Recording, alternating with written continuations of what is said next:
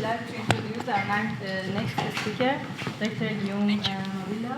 He holds an MSc in Bone and Joint Biology and a PhD in Bone and Biomaterial from University Paris-Sud de France. He further honed his expertise through postdoctoral training at the prestigious Nassif Department of Orthopedics, Rheumatology and Musculoskeletal Sciences at the University of Oxford, UK.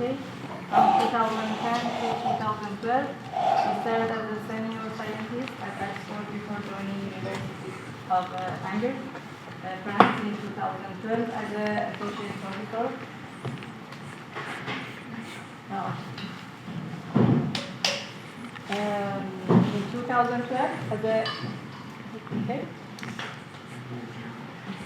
In 2012, as an associate professor in histology and embryology and a clinical consultant in bone pathology at Angers University Hospital.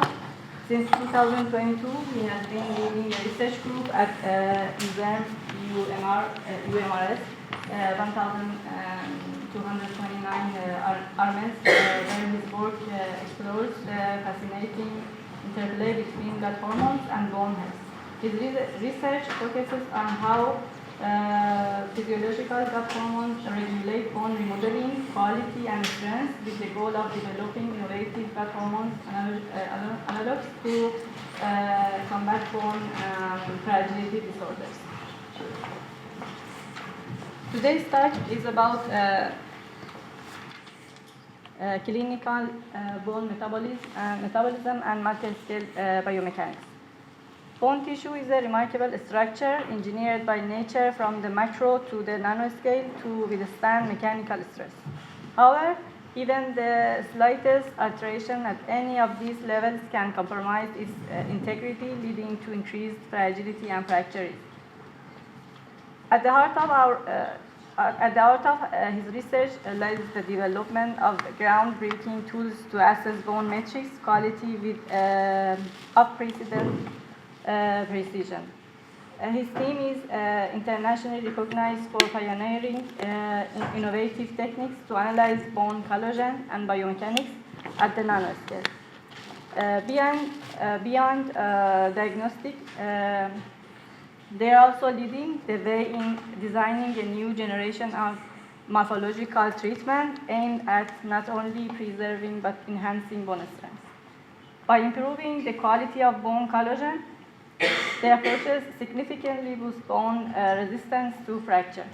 So thanks, Elam, for this kind introduction. So I hope that Jerome and Elam doesn't mind. I change a bit the title to put at least the clinician point of view on what is bone metabolism and how multi-scale biomechanics can impact actually bone strength. So what is bone tissue? So basically, bone tissue is what composes most of your skeleton. In the skeleton, you will have bone that is represented in here in yellow, and you have cartilage, which is represented in blue. And you can see what remains actually after death when we have the skeleton. It's mainly the bone tissue. So if we zoom in to the bone tissue, and especially the femur, we can see that there is two different types of bone. We have the cortical bone, which is at the periphery of the bone pieces, and we have the trabecular bone, which is at the extremity of the bone pieces. And the trabecular bone, it's really like a sponge. You have plenty of holes and trabecula, which compose like a ladder your skeleton. And the cortical bone, in the opposition to the trabecular one, it's really a compact and dense bone. And if we still zoom in, inside the trabecular bone, we will see that all the space that we have between the trabeculae are filled with cells. And these cells represent the bone marrow. So if we do histological assessment on a bone, on trabecular bone, you will find the trabeculae, which are dark pink with slight blue inside. And you have plenty of cells that fill actually the gap between the trabeculae. And these cells are not bone cells, but they are bone marrow cells. And you have really a link and a communication between bone cells, which are at the top of the trabeculae. In here, for example, we have osteoblasts, and bone marrow cells, which are in the close vicinity and will send signals to bone cells. Bone tissue will also adapt through all life, from birth, from childhood, and during growth, and after when you become elderly. And you need this adaptation of the bone to actually adapt to the different stress and strength that will be applied to the bone. So first adaptation is due to growth and change in position. And actually in the previous talk, we have seen in lumbar pain that the patients can bend a bit. So bone needs also to adapt to this bending and the way that forces will be applied actually to the bone. But bone is also the main reservoir for calcium and phosphate. And you need constant adaptation to maintain calcemia and phosphatemia, so the circulating level of calcium and phosphate in the blood. And you have plenty of hormones that will apply signals on bone cells to adapt the amount of calcium that you have in your skeleton, to release some store of calcium that has been in the skeleton, or in the opposition, to store calcium in the skeleton. So all this process of adaptation to growth or to metabolic stresses depends on a process that we call bone remodeling. And bone remodeling will adapt the bone not only in terms of quantity, but also in terms of 3D geometry and in terms of quality of the bone matrix. Bone remodeling, of course, is under different signals. It can be regulated by genetics. Depending on the mutation or variation in our genome, we can have impact on bone remodeling. We have also some nutritional factors that can impact actually the bone remodeling. If you are not eating enough protein, this is signals that will be sent to the bone to give actually resorption and to release some protein from the bone. If you are not taking enough calcium from your alimentation, again, some hormones will act on the skeleton to release the calcium that is stored inside the bone tissue. Bone remodeling is also under local factors, and especially factors from the bone marrow. If there is a problem in the bone marrow on hematological cancer, you will have automatically an impact on the bone tissue and hence on its strength. We will talk about it after, but mechanical factors are also strong stimulators of bone remodeling, and especially to reshape actually the way that the bone is organized. Metabolic factors also, and all the hormones from like PTH, like parathormone, all the hormones from the calcium and phosphate metabolism, but also hormones like GIP from the gut. You have a control of bone remodeling by your gut, and you have also some neuronal factors that can be released by the brain and can act directly locally on the bone to stimulate bone remodeling. You have, of course, some external factors that will also trigger bone remodeling, and especially alcohol and tobacco. And if you are an EV smoker, you are likely to have a high bone turnover, high bone remodeling, and a low bone mass. And of course, all these factors can be affected by aging, and aging will impact greatly bone remodeling, and especially in women after menopause. How is bone remodeling performed? It's performed by bone cells, and you have only 3 bone cells to remember. You have osteoclasts, which are the cells that are in the skeleton at the top of the bone tissue to resorb, to initiate degradation of the bone matrix. You have osteoblasts, that are the cells that will build the bone tissue and will remodel the bone tissue. And you have osteocytes that plays a role really of an orchestrator of all this system. Osteocytes will send signals to osteoclasts or to osteoblasts to induce resorption or bone formation. And if we zoom in on osteocytes, and we'll come back to this later, osteocytes are really histologically looking like neurons. It's a cells with a central body and plenty of dendrites that extend from it. And all these dendrites will circulate inside the bone marrow and inside the bone matrix to form a lacuno-canalicular system. So bone remodeling is mediated by cells. But is the quantity of bone that will be generated by bone remodeling steady during life, or is it adapted during life? These are the curves of your bone mineral density, which is a surrogate marker in clinics of your quantity of bone material. And you see that an individual will reach what we call a peak bone mass around 25 years old.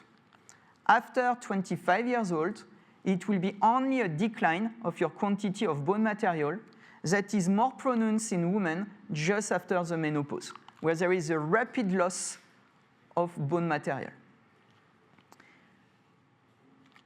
This is not really a huge problem as soon as you are not reaching this red square. The problem starts to appear when your quantity of bone is too low to sustain actually all the stresses that appear on the bone material. And this is what we can measure clinically with a densitometry or osteodensitometry, and we have a clinical score, which is called the T-score, that we will measure, and when you reach 2.5 standard deviation below the normal population, it's when you start to enter to this red zone, and that you're at risk of developing a bone fracture. But is the quantity of bone material the only parameter that affect bone strength? This is an old study that now has more than 20 years old, but we haven't really changed anything since, and we haven't learned really anything since. You can see that in blue you have the fractures that are explained by the amount, the quantity of bone that you have in an individual, and in red it's fractures which are unexplained by the amount of bone. And you can see that in both men and women, even if it's more pronounced in men, most of the fractures occur in patients that have a normal bone mineral density.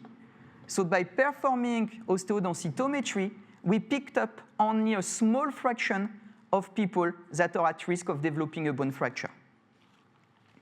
And of course, this is explained because your bone strength or your bone fragility depends on which way you interpret this diagram, is depending on 3 different factors.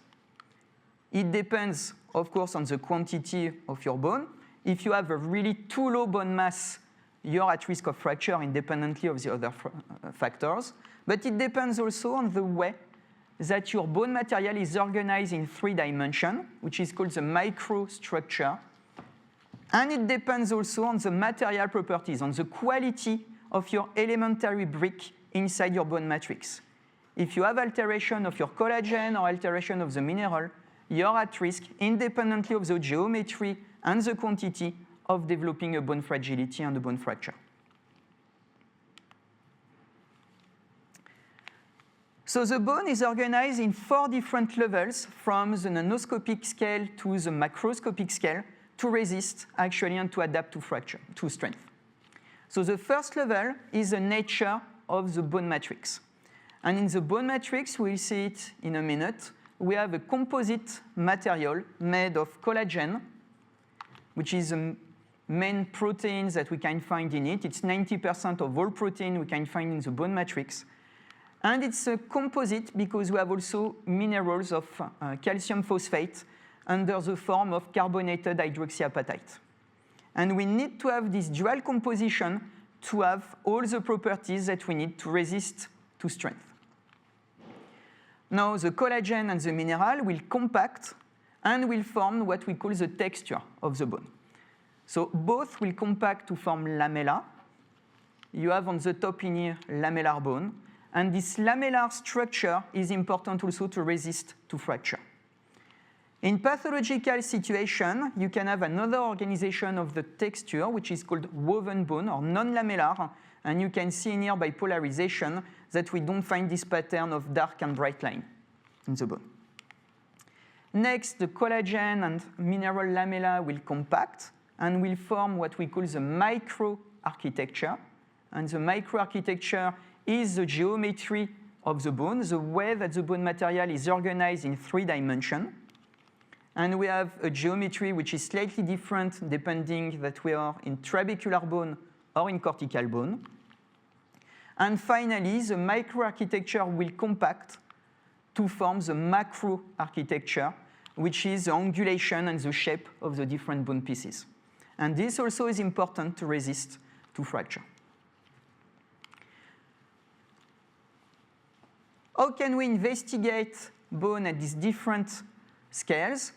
So if we want to just look at the characteristics of the biomechanics, if we're interested by the nature, we can apply some chemical or biochemical or structural tools like HPLC, so chromatography and mass spec. We can apply also some spectroscopy, vibrational spectroscopy like Raman or infrared.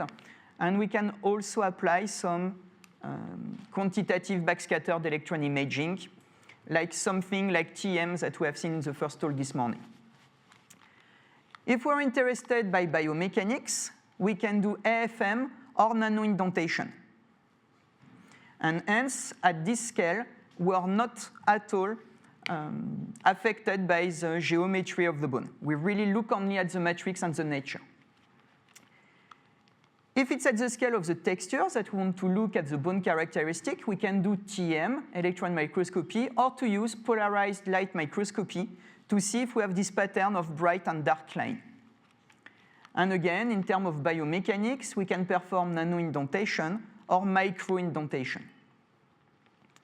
If now it's at the level of the microarchitecture that we're interested, we can do microCT or microscopy in 2D.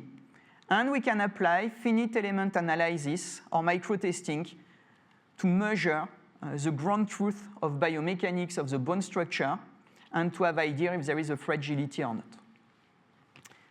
And finally, if it's at the macro architecture, we can use CT scan, MRI, or X-ray to determine the geometry and the shape of the bone pieces, and we can still apply FEA or loading test to have the ground truth and measure if there is a default in strength and response of the bone. So in terms of multi-scale organization, if we start by the nature of the bone, bone is a composite material. You need to have a composite material to have all the mechanical properties to respond to the different stress that apply. You need to have the calcium phosphate under the form of hydroxyapatite to have the higher stiffness which is required to sustain gravity. I'm standing in front of you. I have the gravity compressing actually my body. I need to have the hydroxyapatite and a good degree of mineralization of my bone tissue to resist to the gravity. And at the same point, you can see that hydroxyapatite has a poor toughness, and we need to have this composite with collagen to greatly enhance the toughness of the bone and the deformity actually without fracture of the bone. And this is brought by the collagen moiety, 90% of all protein or type 1 collagen. Type 1 collagen is specifically orientated inside the matrix. It's making fibers, and fibers are aligned all according to certain properties and certain stress. And between the gap between fibers, it's where we will find the hydroxyapatite crystals. And by having this specific organization, it will bring the highest stiffness and the highest toughness that we require to have a strong bone.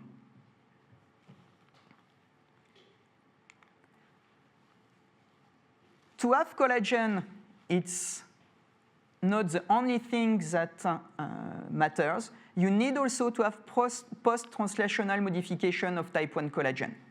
And the major post-translational modification that you will have is bridging, linking, cross-linking between the different fibers. So this is made inside the cell, in the Golgi apparatus, where the different collagen fibers are formed, actually, and it's continued outside the cells, where specific enzymes, the lysyl oxidase, will act to make these specific bridges between the collagen fibers and the collagen molecules. Why this is important? It's important because in osteoporotic patients, so patients with a bone fragility, you have a reduction in this cross-linking, and hence they cannot really respond nicely to the stress that apply to their bone matrix. If you have a mutation in type 1 collagen and normal cross-linking, you are prone to develop another bone fragility disorder, which is called osteogenesis imperfecta. And OI is also called as a brittle bone disease. It's specifically seen in infants around the 2 to 3 years old. When they start actually to walk, they fall down and they will break their bone.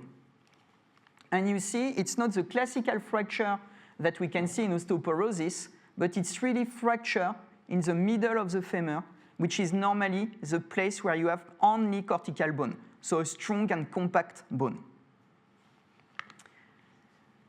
Of course, you can have also alteration of your degree of mineralization and mineralization properties of the bone matrix, and especially when you have mutation in an enzyme which is required to initiate mineralization of your matrix, you develop another bone fragility disorder, which is called hypophosphatasia. And in hypophosphatasia, you have a normal amount of bone, a normal organization of the bone in 3 dimensions, but a poor bone material properties, and hence you fracture. So the nature, and especially post-translational modification of collagen and mutation in collagen or enzyme involved in mineralization, can lead to bone fragility. What happens now if we perturbate texture of the bone? So the collagen, or the collagen fibers, are deposited like a liquid crystal in the shape of a cholesteric form, and it will make that the collagen fibers are slightly orientated to each other. If we look by electron microscopy in the 2 different axes, so in here you have the structure and the model for the cholesteric liquid crystal of collagen fibers. And you see that if we cut the section alongside this plane, we will see theoretically this pattern of fibers. And indeed, when you do TM and that the collagen is cut in this pattern, you can see different alignment. You have in here collagen fibers which are cut longitudinally, and you have in here collagen fibers that are cut cross-sectionally. And if you take another axis for sectioning, and you take, for example, this axis, you will see this organization and this alternative structure, which is what you can see in TM in here. So we have this specific organization and deposition of the collagen fibrils with a small rotation between the different planes, something that resembles actually the organization of the shell of a snake. And this is important in the deposition of these collagen fibers to have a normal bone strength. When you have this pattern of organization, you will see actually by polarized light microscopy this type of structure, this polarization of the bone matrix with dark lane that correspond to the fibers which are cut cross-sectionally, and bright lanes that correspond to the fibers that are cut longitudinally. This is a perfect resistance to fracture. If now you have a problem in the deposition of your collagen and the rotation between the different planes, and you don't have a cholesteric crystal liquid form, you will have this type of structure, which is called a woven bone. And woven bone is what you will observe in cases that your bone needs to grow very, very fast. So we can see it early in life, and it will remodel into lamellar bone, but we can see it also in pathological disorders like metastasis or Paget's disease of the bone. This cholesteric structure is also important for the pattern of mineralization of your bone matrix. And if we look at, by QBI, by electron imaging, at the amount of mineral that is incorporated into the bone matrix, so in here we are in cortical bone, where we have what we call an osteon, which is a compact structure of the bone, like a column of bone matrix, and that we look at the arrangement and the degree of mineralization of the different structure, you will see this difference with zones which are highly mineralized, which appear quite red, and zones which are low in mineralization degrees that appear more greenish. And this pattern is also important to countercare actually the development of microcracks inside the bone and to propagate this microcrack into a stairway shape. And you can see in here, if we had a material that was uniform, the cracks will propagate quite massively in one direction. By alternating this pattern with zone of high mineralization and low mineralization, we can make really like stairway. And it's exactly similar to what will happen in a fracture of a brick wall. If you have compressive strength actually that apply to the wall, you will have this stairway cracks. So this is another adaptation of the bone to resist actually to fracture. And when you don't have this organization into lamellar bone, you are prone to develop bone fragility, and it's exactly what is seen in bone metastasis, where you can even have more bone material, but a material that is not organized with a texture that it should have and doesn't resist to fracture and to the different stress. Doesn't resist to the stress, and you get fracture. It's exactly also what you can see in skeletal dysplasia, where you have an abnormal deposition of the bone. So in here again, it's not a problem of low bone density, but it's really a problem of poor quality of the bone, and you get fracture. And it's also what you get in Paget's disease of the bone. So the texture is really important to have the maximum resistance to fracture. The different collagen lamella will compact and will create the microarchitecture that we can find inside the bone. So all the different lamella will compact to form osteon in cortical bone, or will compact to form trabeculae in trabecular bone. And each osteon and each trabeculae are the functional unit of the bone. An osteon or a trabeculae is independent of the other trabeculae or osteon. And it's what we call the basic structural unit.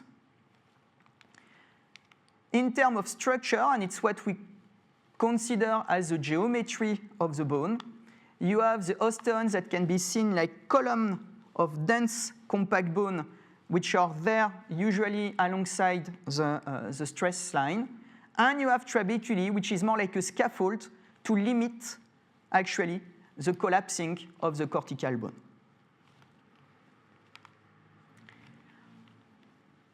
This is what we evaluate actually in clinics when we perform a bone biopsy or where we look at peripheral quantitative CT scan.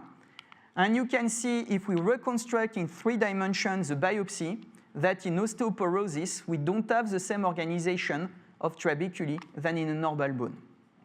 And of course, we can apply some mechanical testing and especially compression load on this type of biopsy core, and we can measure the strength which is required to break actually the bone.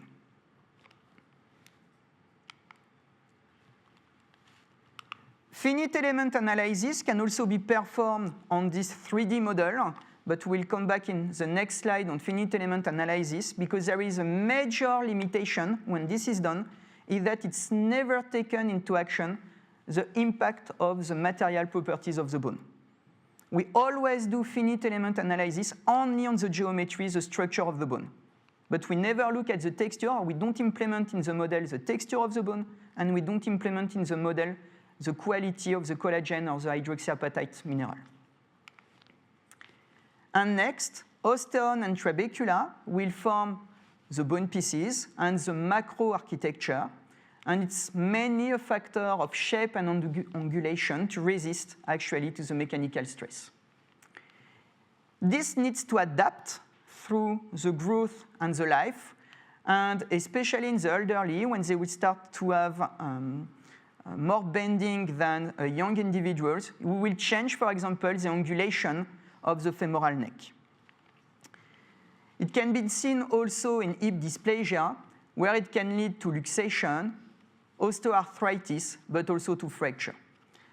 An optimal angulation for the femoral neck is around 130 degrees, and you can have an extensive angulation, which is called the coxa vara, or a reduction into this angle, which is called the coxa valga.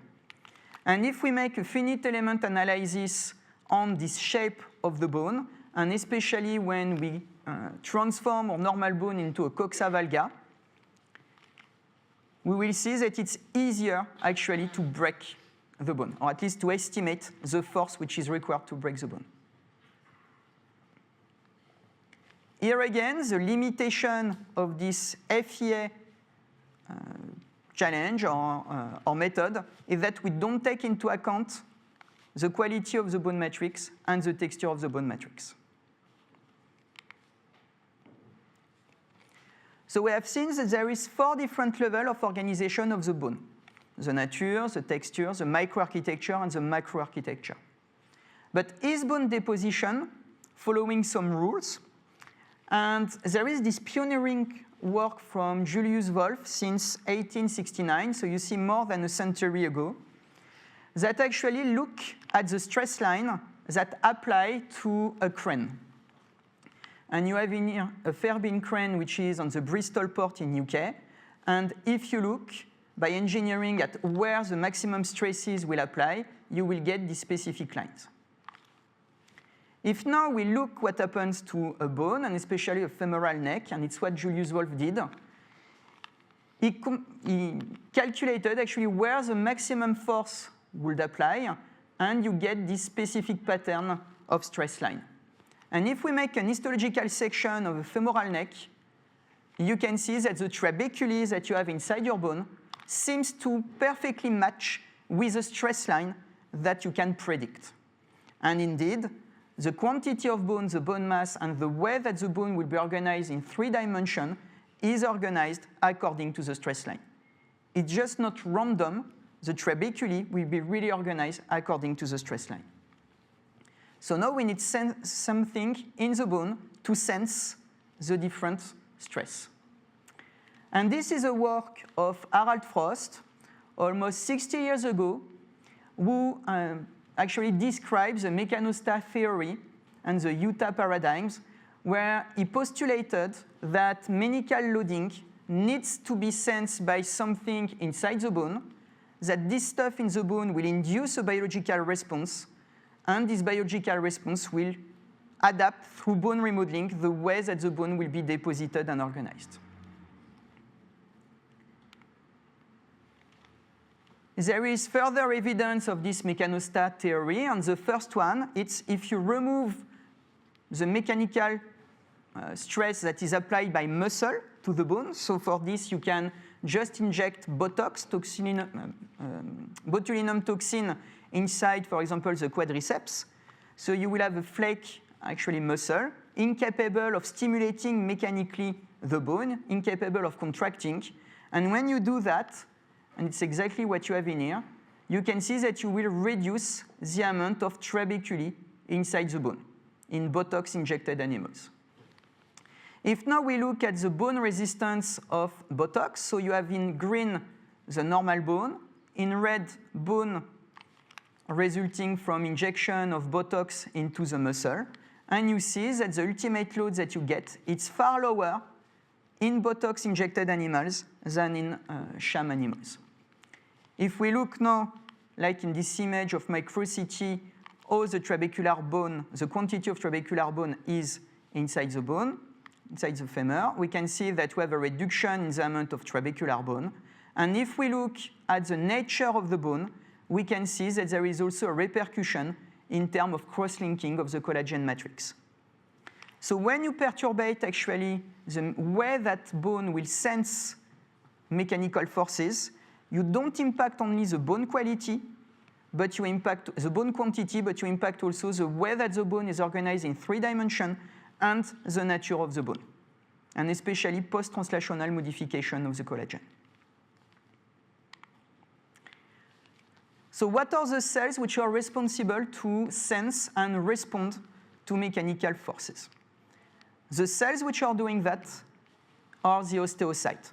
So we said earlier in this talk that osteocytes are cells which are embedded into the bone matrix and will orchestrate actually bone remodeling. And it's cells which have a specific modification of their membrane to sense the different forces, to transduce these forces inside the skeleton of this osteocyte, and to induce a response by gene expression and organization and adaptation of the bone. You can see in here with the specific histological staining the way that osteocytes are organized inside an osteon. So you have in here a central channel that you have in osteon, and you can find in here the cell body of osteocyte and the different dendrites that connect to each other and propagate inside the bone matrix. So if we try to schematize actually the organization and the way that bone or cells are organized inside the bone matrix, so you have in here the osteoclasts, which are the cells responsible for chewing the bone. You have in here osteoblasts, which are the cells responsible for building basic structural unit. And you have osteocytes. And osteocytes are cells which are embedded directly inside the bone matrix. And by their dendrites, they communicate with each other.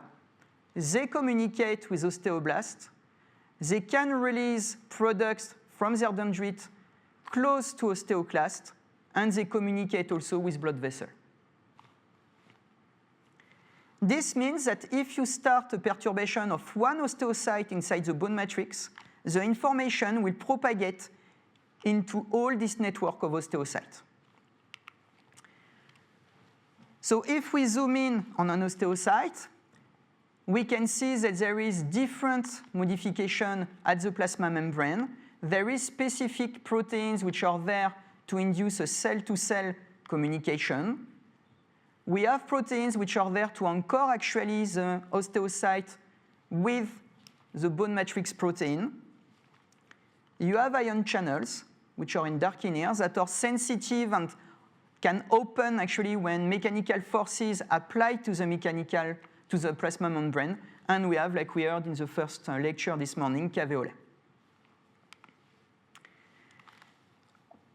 How do we measure how osteocyte will respond actually to stress? So it's this type of experiment that can be done in vitro with cell culture. You can just put osteocyte into a glass plate, insert this plate into the specific dispositif where you can induce a fluid flow inside the gasket, and you can control the stress which is applied to osteocyte through this formula, where you can adjust it with the volumetric flow rate that you will induce into the system and the width and height of the gasket.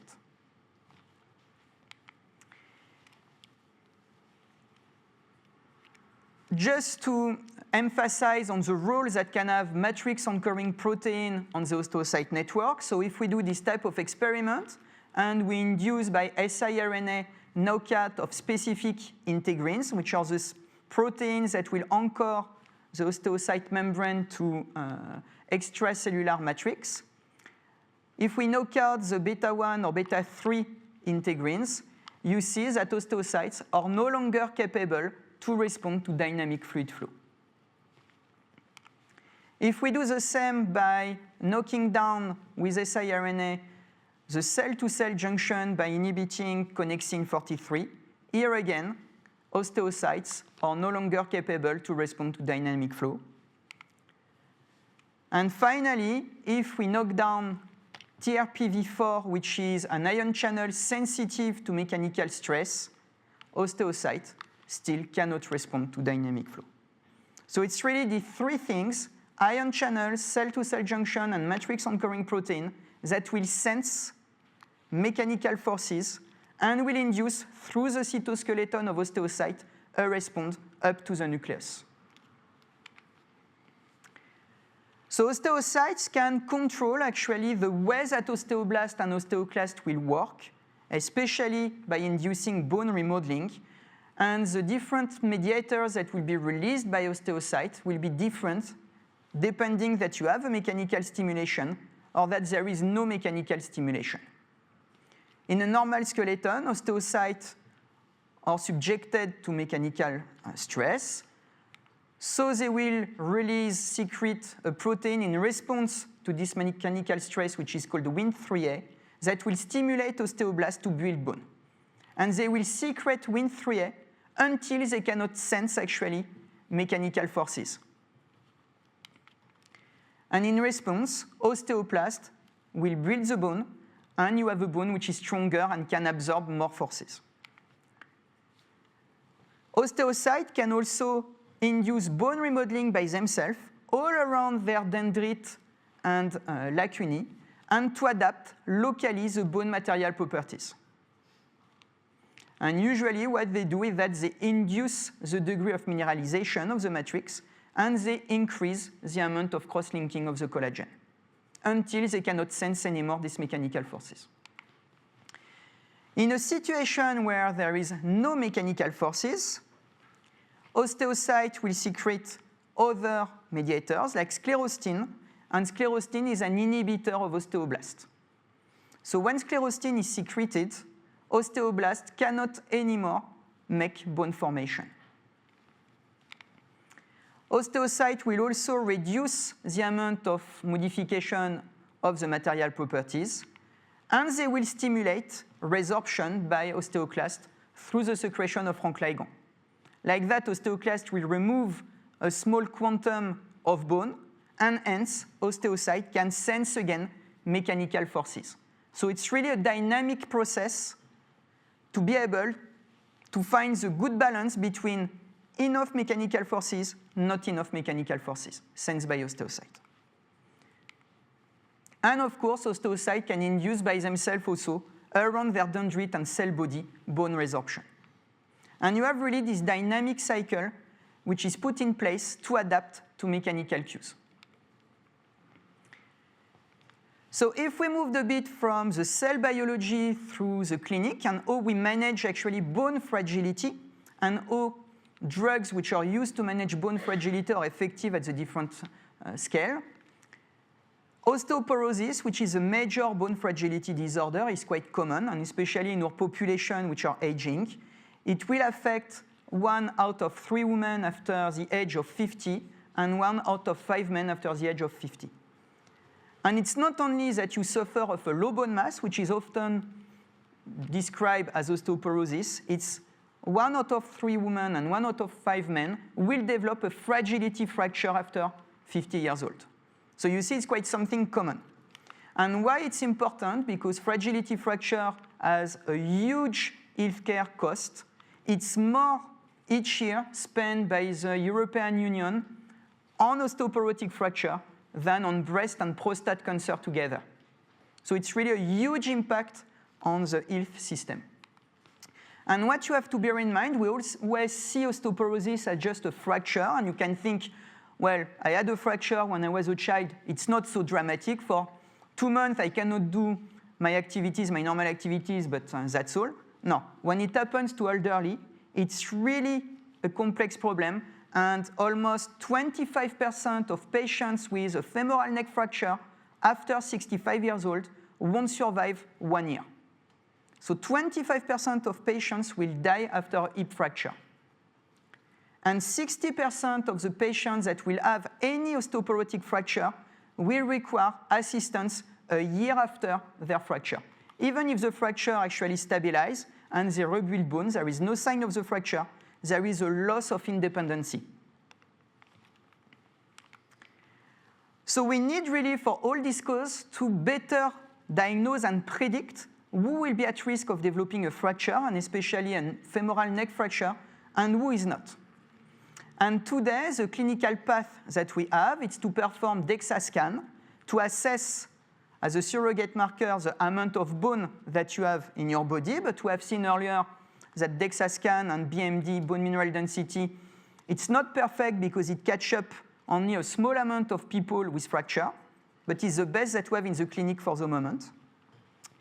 From the DEXA scan, we will use an algorithm which is called FRA-X that will calculate probability, a score for the patients to develop a fracture. And based on this score, we will decide to put an anti-osteoporotic drug. And the type of drugs that we'll use depends actually on 2 big categories today. It depends on anti-resorptive drugs, with bisphosphonate like zoledronic acid or risedronate being the most used molecule, and on anabolic drugs that are there to stimulate bone formation, with teriparatide, which is quite effective, and romosozumab, which is a newest actually molecule in the anti-osteoporotic arsenal. But both strategies anti-resorptive drugs and anabolic will only target the quantity of bone material. And they target only the quantity of bone material because clinically, we only assess this parameter through DEXA scan, at least non-invasively. And this is really a problem, actually, in the care of our osteoporotic patients, because if you look at the axial skeleton, so the lumbar spine, bone mineral density will be increased with the newest molecule by almost 12%, and this will lead to a reduction of almost 70% of fracture. So in the lumbar spine and axial skeleton, measuring DEXA, measuring the quantity of bone by DEXA, is effective and it's working quite well, we can say. The problem arises on the appendicular skeleton, and especially the femur, because by increasing the bone mineral density, already you can see that bone mineral density cannot be increased at the same level than in the lumbar spine by the same molecule. And by increasing the quantity of bone, you reduce only by 20-25% the risk of developing a fracture.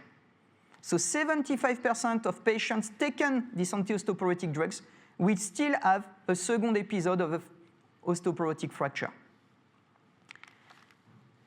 We said earlier on that bone material properties are important to have bone strength, and especially osteoporotic patients has a lower bone material property, and especially collagen cross-linking. And the problem is that all these drugs, bisphosphonate or anabolic drugs, will reduce even further the quality of the bone matrix. And you can see in here on the low amount of data that we have in the literature, which have been made through bone biopsies, that bisphosphonates are quite neutral on the cross-linking of the collagen matrix. So despite you have a low effect on bone mineral density, you have no effect on bone material properties, and hence you are still not capable of restoring a normal bone material property. And teriparatide and all anabolic agents is even more worrying because it will reduce even further the cross-linking which is compromised in osteoporosis. So you increase on one side the amount of the quantity of bone, but you reduce even further the quality of the bone matrix. And it's for that that we need really, and there is a space for new molecules that will target directly bone material properties to see if they would be actually better than the actual therapies to reduce fracture in the patients at risk of developing a bone fracture. So one of these molecules, which is developed by a startup called Colatera, is KOL17091, which is only for the moment at the preclinical stage, but targets specifically the cross-linking of the bone matrix. You can see in here the way that collagen cross-linking is investigated. Usually it's done through infrared spectroscopy, where we can measure specific determinants of cross-linking. In osteoporosis, so OVX, it's an animal model where we surgically remove the ovaries. So it reproduces in the animal the consequence of menopause. This animal will develop actually a bone fragility. And when we look at the bone fragility, it's similar to what you can have actually in postmenopausal women. So if we look at the amount of collagen maturity, you can see that we're quite low in the OVX animals treated with a placebo. If we put bisphosphonate, we don't do much on the collagen maturity, but if we put KOL17091, we increase greatly actually the collagen maturity. And if we quantify it, we increase by 12% the quality of the collagen matrix. And when we do that, it's enough actually to increase mechanical resistance of the bone, and especially to increase bending strength and the toughness of the bone with the plastic deformation and the energy which is required to break actually the bone matrix. And we're doing this with KOL in a much better way than with zoledronic acid, which is the most often used molecule today in the anti-osteoporotic arsenal. Another disease that can benefit from KOL17091 and of targeting of the bone material properties is osteogenesis imperfecta. We said earlier on that osteogenesis imperfecta is a disease actually which is due to mutation often in the different chains that compose the type 1 collagen. OI patients are characterized by a short stature and very, very fragile bone. Usually it's what we call the brittle bone disease, and one of the symptoms is when you take your child in your arms and you break their ribs. So this is often in OI and in the most severe form. And because the collagen is abnormally deposited in the bone matrix, you have also problem of hearing. There is hearing loss. And the type 1 collagen is the most often protein found in bone, but not only in bone. And this explains why you have dentinogenesis imperfecta, which is a problem of the dentin inside the tooth. Blue sclera, because the cornea and the sclera of your eyes contain actually type 1 collagen, and you can have muscle weakness, cardiac valve abnormalities, and pulmonary impairment. It's not possible in OI to use gene therapy because today there is more than 25 genes which are related to OI with more than 3,000 variants associated with the disease. So you imagine if you wanted to do gene therapy, you will need to have 3,900 different molecules to actually address each type of OI. And today, there is no approved pharmacological treatment for this disease. So currently, what is done in OI is to do surgery to correct the bone fracture and the deformities of the bone. And it was some clinical trial using bisphosphonate in OI, showing that bisphosphonate can increase the bone material density, the amount of bone, which is normal because it's a job of a bisphosphonate, but with no sign of reduction in the number of fractures that the children could do. And even more dramatic, the children which were treated at an early age with bisphosphonate were more prone to develop fracture in the adulthood than children treated with a placebo. So OI can be replicated in the animal by doing a mutation in the type 1 collagen. And you can see that when you do this mutation, we have a dramatic reduction in the collagen cross-linking that is not actually reversed by administration of zoledronic acid. KOL17091, this molecule specifically targeting the collagen cross-linking, can enhance actually collagen cross-linking in levels which are similar to what you can have in wild-type animals. And if we look at the bone strength of bones of OI animals treated with either a placebo or KOL, you can see that you increase actually almost every mechanical parameters. And more impressive, it's if we directly measure the amount of fractures that these animals can do, because these animals with OI, they do spontaneous fracture. Just by their daily activity in the cage, they can fracture their femur and humerus. And if we quantify the number of new fractures under treatment, by targeting the bone material properties, we can directly reduce by 92% the occurrence of new fracture. Just to give you an idea, romosozumab, which is the anabolic treatment, the newest anabolic treatment, which is currently developed also for OI, is reducing by 50% fracture. So by addressing the quantity of bone material, we can reduce by 50% the occurrence of fracture. By addressing perturbation of the nature of the bone material properties, we can reduce by almost 90% the fracture. So it's much more effective therapy than accessing directly the quantity of bone. So in terms of take-home message, so I hope I convince you today that bone is a living tissue through the bone remodeling process, which is managed by osteocytes that will send signals either to osteoblast to build bone or osteoclast to resorb bone. That the bone will adapt constantly to various stresses like mechanical stresses, but also metabolic and growth.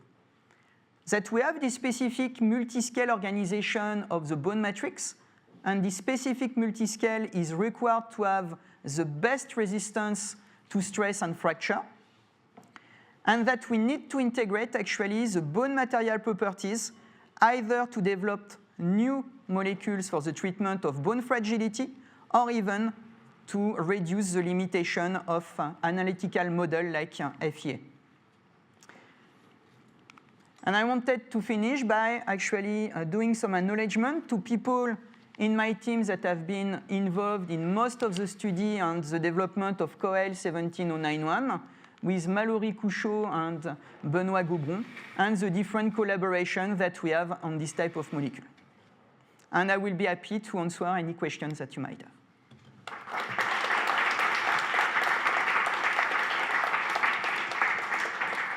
Thank you so much for your nice presentation. Do we have any questions?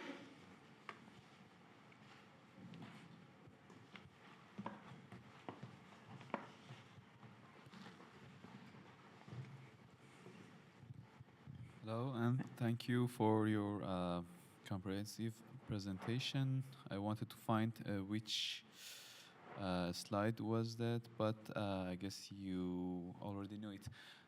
You showed a test, experimental test you have done on a. I want to ask the size of the test, and was that? You mean this one directly on the biopsy? Yeah, I guess I remember that. So, yeah. Hop là.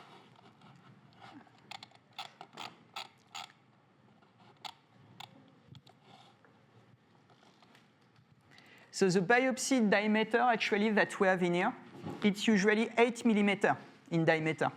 And the specimen was human or? Yeah. This is what we do when there is a suspicion, actually, when a patient arrives to the clinic with a fracture, and that the DEXA scan cannot pick up any difference in the quantity of the bone material. A biopsy will be done to the patient to understand why he has this bone fragility.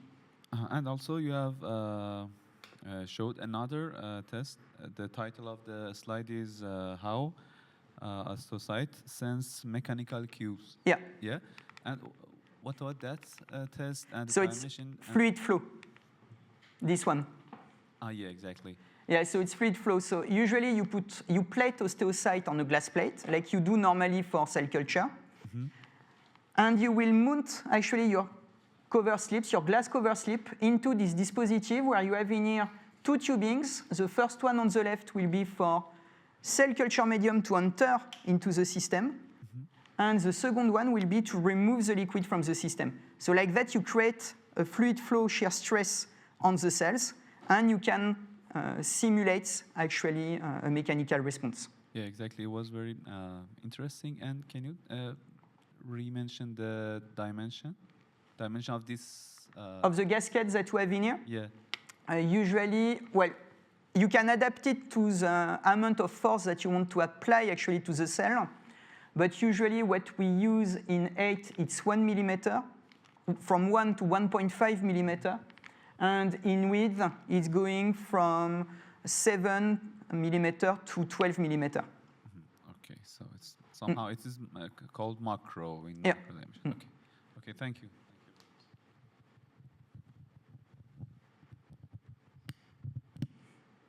Thank you for the presentation. Apart from the drug treatment options that you presented, there is an approach that applies therapeutic vibration to the osteopenic tissues to mimic effects of mechanical loading induced during exercise. What do you think about this approach? How effective is it? Well, what is sure is that by stimulating mechanically the bone, it's a good thing. And it's what, anyway, we recommend as a first-line treatment to our patients. It's at least to do 1 hour of mechanical stimulation by walking or doing exterior activities to mechanically stimulate their skeleton. The problem is that often mechanical stimulation, it's not enough to reduce the risk of fracture. And it's for that we need to apply actually a pharmacological treatment.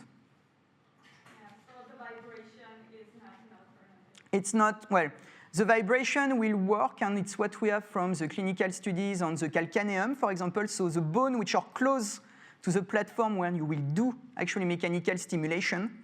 But if we look no further, like the femoral neck fracture, mechanical stimulation like vibration won't have really an impact on the fracture risk.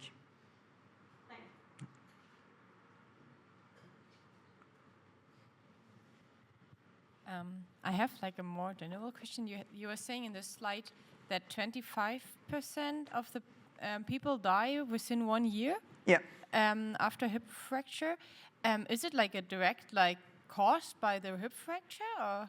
Well, it can be a direct cause because when it applies really to an elderly that live alone at home, it might take some time to actually see that the patient fell down and break its femur because usually it cannot stand up on its own when it's like that.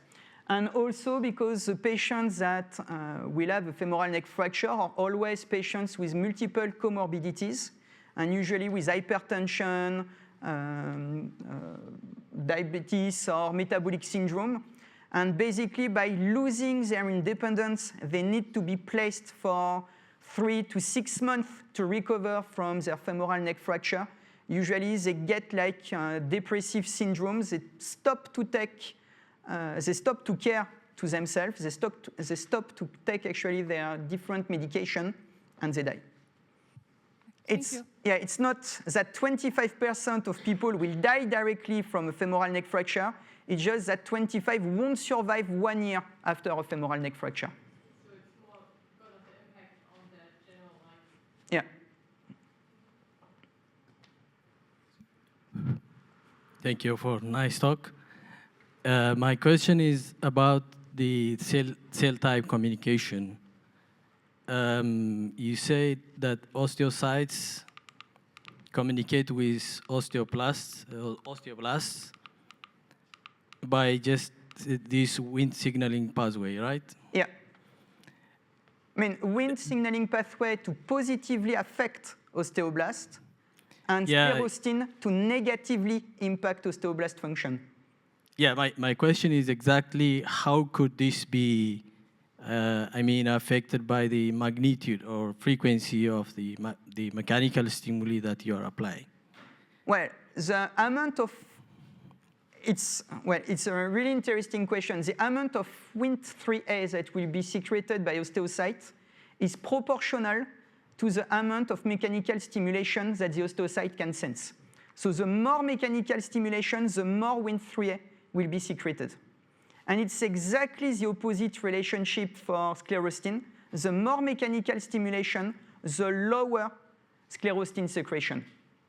But you have to see it as a dynamic process because the more mechanical stimulation that the osteocyte can sense means that there is a low amount of bone material or a poor bone material quality. So as soon they secrete an important amount of Wnt3a and they can remodel the cross-linking of the collagen matrix, but within minutes they have done that, osteoblasts start to build some bone. So the mechanical sensing for the same mechanical force will be reduced, and they will reduce the amount of Wnt3a, and so on, until they cannot sense anymore the mechanical forces. Oh, yeah, thank you. The same for the ion channels. Yeah. You have mentioned this TRPV4, which is highly mechanically, affected. So how is it behave? When you have high mechanical loading, yeah. So this channel is gonna be open and the flow of calcium ion. It's a calcium channel. So actually, when you apply mechanical forces to the osteocyte plasma membrane, it will stretch the membrane. The channel will open, and calcium will enter. And calcium will act as a secondary messenger inside the cytoplasm of the osteocyte to induce a cascade of events that will transduce the opening at the plasma membrane of the channel to the nucleus to induce the expression of Wnt3a and reduce sclerostin. Thank you very much. Okay, thank you. So we're a bit late.